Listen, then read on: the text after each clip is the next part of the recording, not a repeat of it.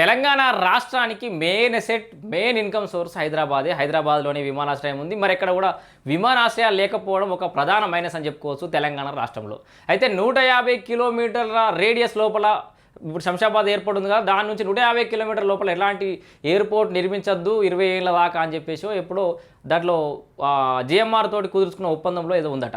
ఆ నిబంధనను సడలించి మరి వరంగల్లో ఏర్పాటుకైతే కేంద్రం గ్రీన్ సిగ్నల్ ఇచ్చింది. దానికి సంబంధించి ఎన్ఓసి కూడా జారీ చేసింది. అదే వార్త ఇప్పుడు వరంగల్ ప్రజల ఆనందానికైతే తెరదీసిందని చెప్పుకోవచ్చు. 2.5 ఏళ్లలో మామునూరు పూర్తి చేస్తామని చెప్తారు.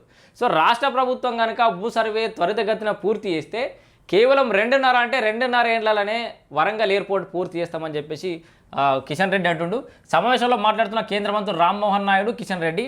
సో గత ప్రభుత్వం భూమి ఇవ్వకపోవడం వల్లే ఆలస్యం. సో ఇక్కడ ఒక క్లియర్ ముచ్చట ఏంటంటే వరంగల్ను ఇస్తాంబుల్ చేస్తా, కరీంనగర్ను డెవలప్ చేస్తా, ఇటు మన సిద్దిపేటను చేస్తా, సిరిసిల్లను చేస్తా అనుకుంటా అభివృద్ధిని వికేంద్రీకరిస్తాం. అన్ని జిల్లా కేంద్రాలను కూడా మంచిగా రెండో దశ పట్టణాలు, ఆ పట్టణాలన్నీ కూడా పైకి తీసుకొస్తామని చెప్పి కేసీఆర్ చెప్పింది. కానీ అప్పుడు కాలేదు. గత ప్రభుత్వం భూమి ఇవ్వకపోవడం వల్లే ఆలస్యం. త్వరలోనే భద్రాద్రిపై నిర్ణయం.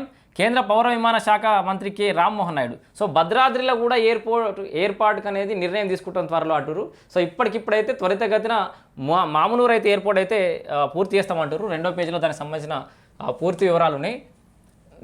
అంటే మరి ఇక దీంట్లో కూడా ఒక వివాదం నడుస్తుంది.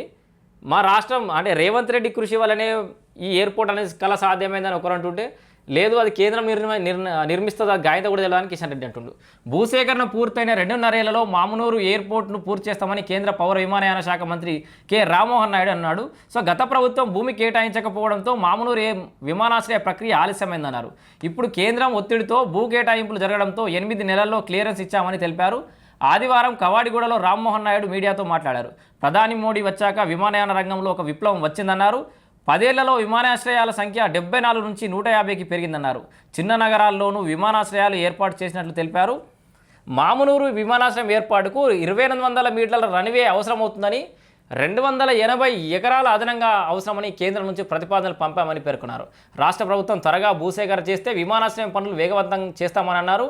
శంషాబాద్ విమానాశ్రయం నుంచి ఎన్ఓసి తీసుకొని క్లియరెన్స్ ఇచ్చామన్నారు. భద్రాద్రి విమానాశ్రయం కోసం గతంలో సూచించిన స్థలం అనువుగా లేదని, మరో స్థలం ప్రతిపాదించాలన్నట్టుగా కూడా తెలిపారు. భద్రాద్రి విషయంలో కొత్త స్థలంపై ఫీజిబిలిటీని పరిశీలించి నిర్ణయం తీసుకుంటామని చెప్పారు. విమానాశ్రయం ఏర్పాటుతో ఆ ప్రాంత రూపురేఖలు మారిపోతాయన్నారు. వరంగల్లో టెక్స్టైల్స్, విద్యారంగానికి అపారమైన అవకాశాలు ఉన్నాయని కూడా పేర్కొన్నారు. సో మొత్తంగా అంటే వాస్తవానికి రాష్ట్ర ముఖ్యమంత్రి రేవంత్ రెడ్డికి పక్క రాష్ట్ర ముఖ్యమంత్రి అయినటువంటి చంద్రబాబు నాయుడుతో సత్సంబంధాల వాళ్ళ రాష్ట్రం ఏం నష్టపోతుందో లేదు తెలియదు, కానీ లాభం అయితే పడుతుంది కొంత.